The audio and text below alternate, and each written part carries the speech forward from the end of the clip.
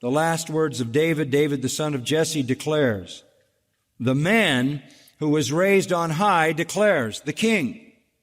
He says, the anointed of the God of Jacob, the sweet psalmist of Israel, speaking of himself as Israel's king. The Spirit of the Lord spoke by me, and His word was on my tongue. The God of Israel said, the rock of Israel spoke to me. Listen to this. He who rules over men must be righteous and rule in the fear of God. And when that happens, He is as the light of the morning when the sun rises, a morning without clouds, when the tender grass springs out of the earth through sunshine after rain. What that means is you get a blessed nation.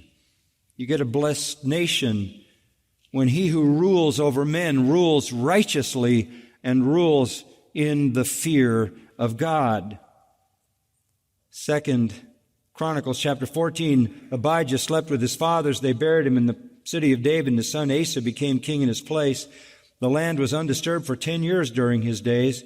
Why? Asa did good and right in the sight of the Lord his God. He removed the foreign altars. He got out the false religion, the idolatries, and the high places, tore down the sacred pillars, cut down the Asherim, which were some kind of wooden symbols of female deities. He commanded Judah to seek the Lord God of their fathers and observe the law and the commandment. He also removed the high places and the incense altars from all the cities of Judah, and the kingdom was undisturbed under him. You want an undisturbed kingdom? Get rid of the false religion. Get rid of the idols. They offend God. Proverbs 16:12 says, it is an abomination for kings to commit wicked acts, for a throne is established on righteousness. Proverbs 14:34, righteousness exalts a nation, but sin is a disgrace. Listen, to any nation, to any people. Righteousness will exalt any nation. Sin is a disgrace to any nation. Proverbs 20:28. Loyalty and truth preserve the king, and he upholds his throne by righteousness. Proverbs 25:5. Take away the wicked before the king, and his throne will be established in righteousness. That's saying not only does the king need to be an advocate of righteousness, but he needs to get rid of all the wicked people around him. Proverbs 29:2. When the righteous increase, the people rejoice. But when a wicked man rules, people groan. Literally, the Hebrew are made to sigh. When a wicked man rules, the whole nation sighs, mourns. Isaiah 32, the prophets also spoke of what God required of rulers. Behold, a king will reign righteously, Isaiah 32, and a prince will rule justly. Each will be like a refuge from the wind and a shelter from the storm, like streams of water in a dry country, like the shade of a huge rock in a parched land. You see, this is all speaking of what happens when you have a righteous ruler. When you have a righteous ruler, the nation enjoys the full benefits of common grace. That ruler becomes like a refuge from the wind, a shelter from the storm, like streams of water in a dry country, like shade from a huge rock in a parched land.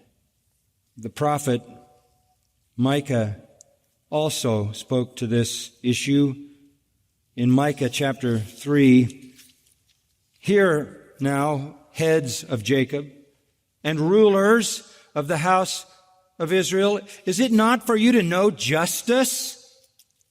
You who hate good and love evil, who tear off their skin from them and their flesh from their bones, who eat the flesh of my people, strip off their skin from them, break their bones and chop them up as for the pot and as meat in a kettle?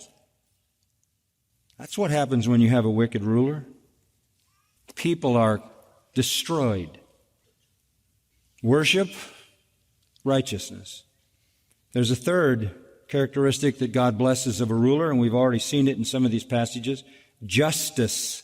Justice. It was in several of the texts that I read. I won't go back to those, but I do want you to take a moment and look at Psalm 82.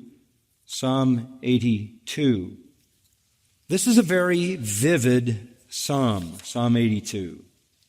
It is in this psalm that God calls the world's rulers together. He calls them together to surround him. God takes his stand in his own congregation. He judges in the midst of the rulers. God assembles, as it were, in this psalm, the rulers of the world. The word rulers referred to kings, legislators, judges, presidents, whatever they are. And God says to them, how long will you judge unjustly and show partiality to the wicked? How long will you do that? How long will you, as a justice in the Supreme Court, advocate the slaughter of babies? How long will you advocate homosexuality or any other form of immorality? How long will you judge unjustly?